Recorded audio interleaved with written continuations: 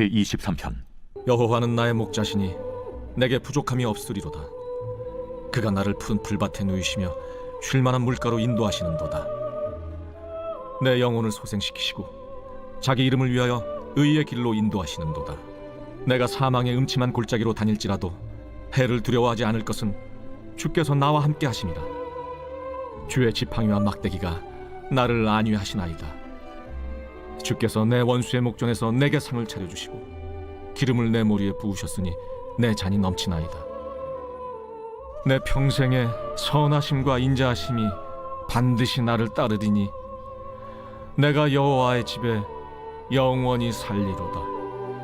오늘 아침 묵상의 주제는 원수의 목전에서 베푸시는 하나님의 잔치입니다. 우리는 살아가면서 고난을 피할 수 없고 때로는 그 고난이 너무 길고 깊어서 끝이 보이지 않을 때가 있습니다. 어떤 때는 언제쯤 끝날까 하는 기대마저 사라지고 그냥 버티는 것 외에는 방법이 없어 보일 때도 많습니다. 그런 우리에게 시편 23편은 참으로 특별한 메시지를 전해줍니다. 하나님은 우리에게 잔치를 베푸시는 분이십니다. 그런데 그 잔치가 언제 어디서 열리는지 아십니까? 바로 원수의 목전에서입니다. 고난이 끝난 후 문제가 다 해결된 다음이 아닙니다. 바로 그 고난의 한복판, 음침한 골짜기 가운데 원수들이 둘러싸고 있는 그 자리에 하나님은 상을 차려주십니다. 우리는 이런 하나님의 모습에 자주 놀라게 됩니다. 우리는 평안이 오면 감사하려 하고 문제가 해결되면 기뻐하려고 합니다.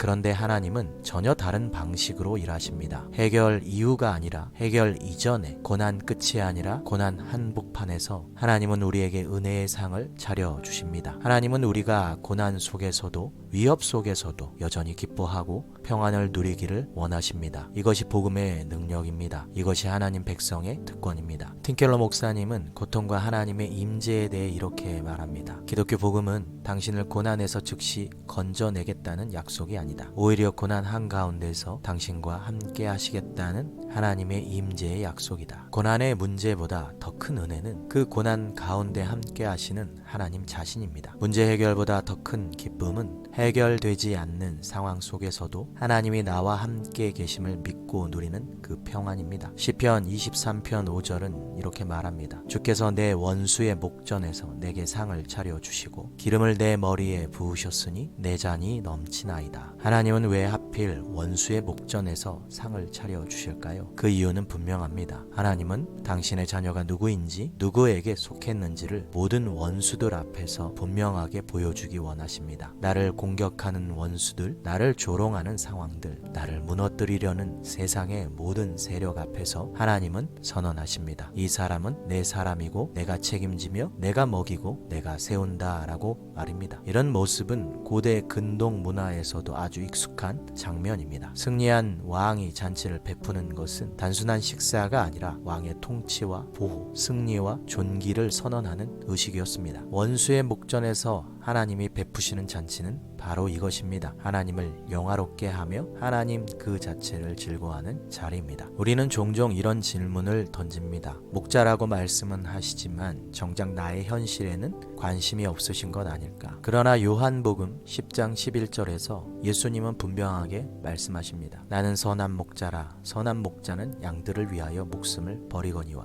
우리의 참 목자 되시는 예수님은 우리의 상황을 가장 잘 아십니다. 왜냐하면 그분이 직접 인간의 삶을 살아내셨고 우리의 고난과 죽음 대신 짊어지셨기 때문입니다. 칼빈은 기독교 강요에서 이렇게 말합니다. 참된 목자이신 그리스도는 우리의 연약함, 슬픔, 고통을 친히 경험하시고 그 길을 완전히 이해하신다. 그러므로 예수님은 단지 멀리 계신 하나님이 아니라 지금 내 고난 가운데 내 현실 한복판에 계시는 선한 목자이십니다. 로마서 8장 39절은 우리에게 이렇게 선포합니다. 높음이나 깊음이나 다른 어떤 피조물이라도 우리를 우리 주 그리스도 예수 안에 있는 하나님의 사랑에서 끊을 수 없으리라. 어떤 원수도 어떤 고난도 어떤 상황도 우리를 하나님의 사랑에서 끊어낼 수 없습니다. 심지어 죽음 그 자체까지도 우리를 하나님으로부터 떼어놓을 수 없습니다. C.S. 루이스는 이렇게 말했습니다. 하나님은 고통이라는 확성기를 통해 우리에게 말씀하신다. 고난의 시간은 하나님이 우리를 부르시는 시간입니다. 원수의 목전,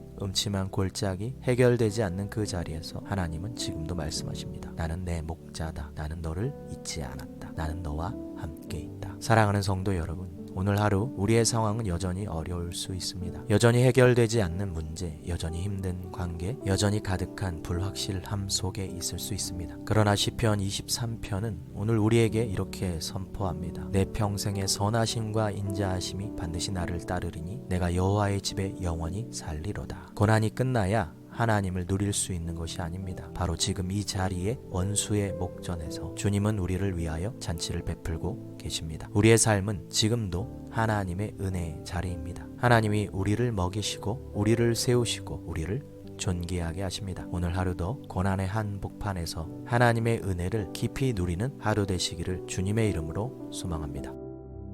오늘 하루 내 삶의 고난 한복판에서 잠시 눈을 감고 이렇게 고백해 봅시다. 주님, 지금 이 자리에서 저를 먹이시고 위로하시고 계심을 믿습니다. 감사합니다. 주님의 사랑과 은혜, 진리를 먹고 산다면 아마 더 바라는 게 없을 것입니다. 하지만 평생 그런 경지에 오르지는 못할 것 같습니다. 그럼에도 불구하고 주님은 늘 함께 하시고 언젠가는 참다운 고향, 평생 꿈에 그리던 아버지 집으로 이끄실 줄 믿습니다. 그 믿음 안에서 편히 쉬기를 원합니다. 예수님의 이름으로 기도합니다. 아멘.